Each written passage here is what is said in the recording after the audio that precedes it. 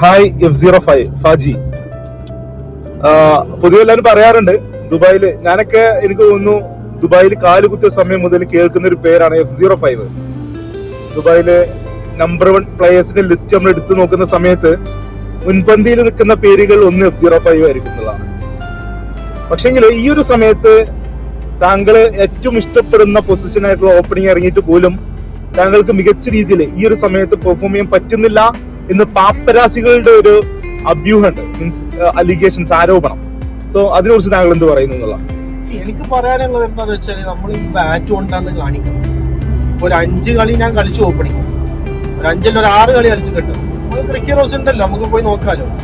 6 കളിയിൽ ഒരു 2 50-ഉം ഒരു 30 കൊടുത്തിന്, പിന്നെ ബാക്കി 3-4 കളിയാ മിസ്സായി. അത് ഏത് ഓപ്പണർ ആയാലും ഇപ്പൊ എല്ലാ ദിവസവും വന്ന് 50 സെഞ്ചുറി അടിക്കൂലല്ലോ.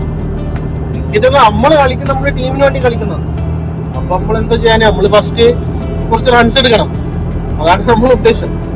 അതിനപ്പുറം ഇല്ലേ. ഓക്കെ, അപ്പൊ ഇന്നും മികച്ച പെർഫോമൻസ് തന്നെ ടീമിന് വേണ്ടിട്ട് എന്നും കളിക്കും. എന്ന് കളിച്ച ചരിത്രം മാത്രം F05-നുള്ളൂ.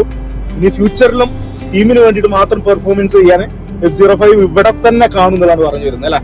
അതെ അതെ, അത് തീർച്ചയായും. നമ്മള് പിന്നെ ക്രിക്കറ്റ് ആണല്ലോ നമ്മളെല്ലാം. അതെ, നമ്മൾ ഈ ദുബായില് കഷ്ടപ്പെട്ട് ജോലി എടുക്കുന്നതിന് എന്തിനാ? ഇവിടെ വിസ കിട്ടണം, വിസ കിട്ടിയിട്ട് എല്ലാ സാറ്റർഡേ സൺഡേ പിന്നെ പറ്റുവാണെങ്കിൽ കുറച്ച് വീക്കേഴ്സും കൂടി പോയി ക്രിക്കറ്റ് ഒന്ന് പോയി ബാറ്റ്. തീർച്ചയായിട്ടും.